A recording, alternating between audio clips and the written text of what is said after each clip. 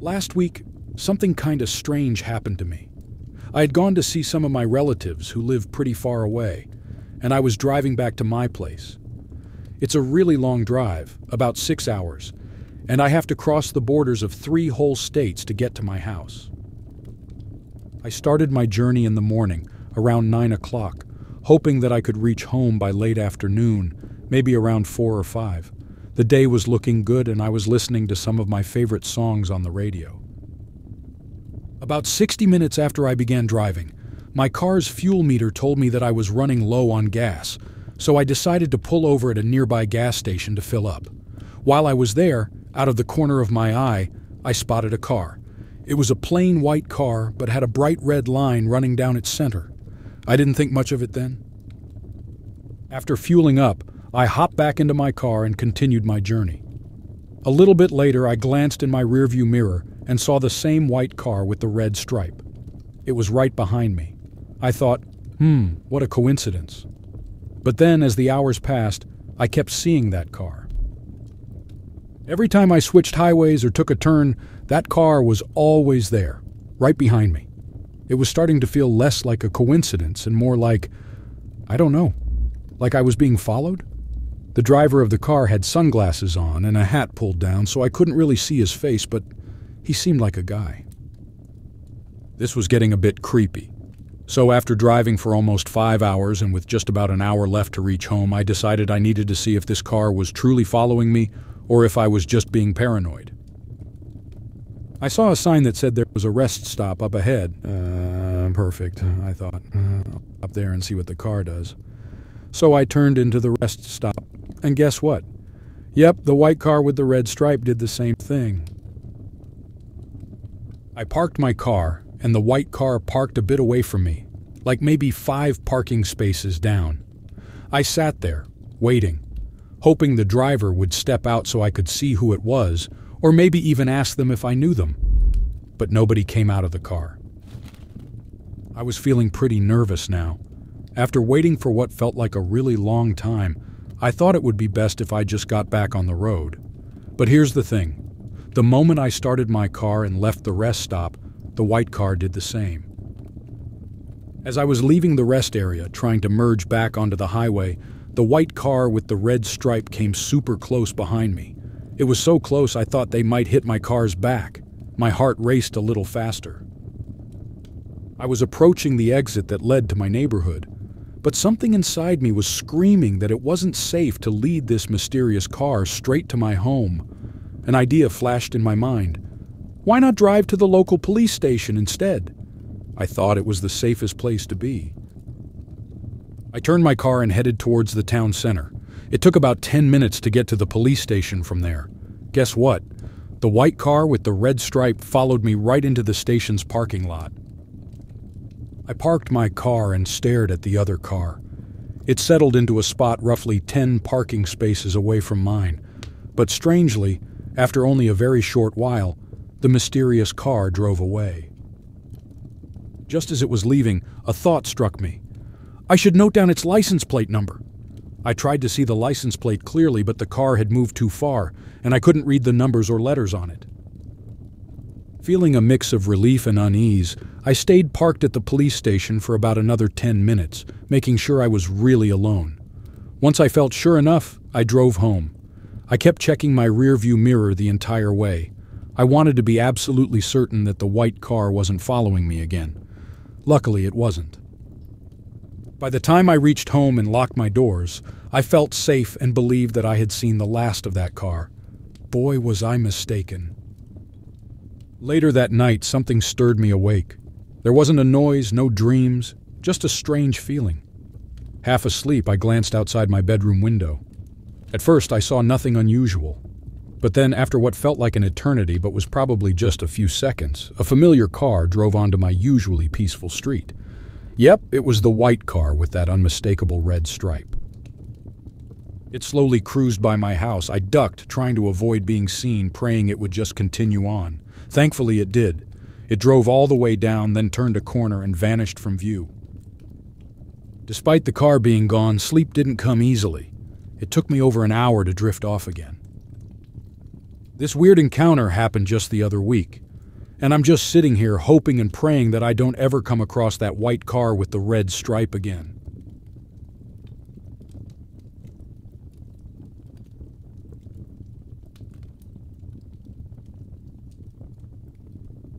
Some years back, I had a job in the town about half an hour from where I lived. Every day, I'd drive on a big road to reach there. One time, the road was being fixed, so I had to go on smaller roads for some weeks. This meant I took a bit longer to get to my job. One night after work, it was really late, maybe around 11. I was driving home and not many cars were around. Soon I was on one of the small roads that had lots of trees on both sides. I was going to be on this road for a little while. Just then, I saw a car coming fast from behind. They were going a lot quicker than me. This road had space for cars to go both ways, so I thought they'd go around me. I moved a bit to the side, but when they got next to me, they didn't pass. Instead, they slowed down and opened their window. I looked and saw two guys in that car. They were moving their hands, trying to tell me something. I opened my window and they shouted that I had a problem with one of my wheels. It took a moment, but then I understood. I slowly parked my car on the side. It was weird because my car felt fine. I stopped, and so did the two guys, parking a bit ahead of me. I stepped out to check my wheels. The ones in the front were good. I then went to check the back ones. While checking, I heard the guy's footsteps coming closer. I looked at the back wheels closely, but they were also okay. I didn't know what was going on. I started walking back to the front, and there was one of the guys. He was near my car's door, looking inside at the buttons and stuff. I told the guys that my wheels were okay. The second guy, who was near the front of my car, said he wanted to show me something. He began walking to the back of my car. Now things started feeling weird for me, and I wasn't happy that one guy was blocking my car door. Slowly, I followed him, wanting to see what he was talking about. When I was almost at the back of my car, I heard noises coming from the trees around us. I looked over, thinking maybe I'd see a dog or a cat. But instead, two more guys wearing masks came out of the trees. I quickly turned and ran to my car's door. The first guy was now standing there, grinning at me, his arms out like he was going to stop me from getting in. I felt like this was a trap. My heart racing, I rushed at him and pushed him really hard. We were about the same height and weight, so he stumbled back, looking shocked. I used this chance to jump in my car and lock all the doors. Right after, I heard hands grabbing at my car doors, trying to open them. I quickly started my car and put it in drive. The guy I had pushed was now trying to stand in front of my car like he wanted to stop me from leaving. But I turned the steering wheel, driving a bit on the grass before getting back on the road, making sure not to hit him. I pressed on the gas and drove fast. I kept looking in my rearview mirror, thinking they'd come after me. But they didn't. Once I was far away from that scary place, I slowed down. I looked around to make sure no one was following me. I then picked up my phone and called the cops. I couldn't guess what those guys wanted. Maybe they wanted to take my stuff, or worse, but one thing was for sure. I was really scared.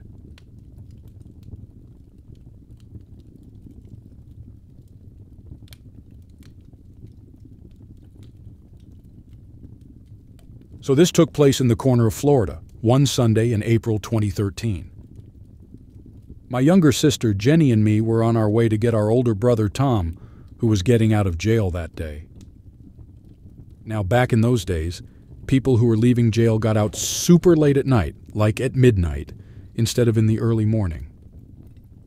It took us a really long time, like 7 whole hours, to drive from our house to where Tom was.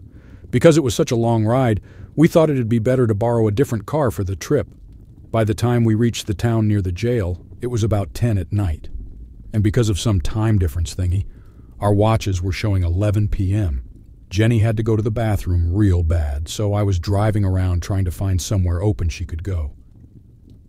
So there I was, at a traffic light, thinking of making a left. Next to us there was this oldish truck, probably from the 1990s. Inside was a man looking kind of like he was almost 30.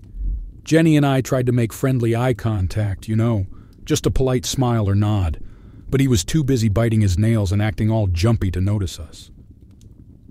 It was kind of strange, because it was just us and him on that road, and yet he didn't even look at us.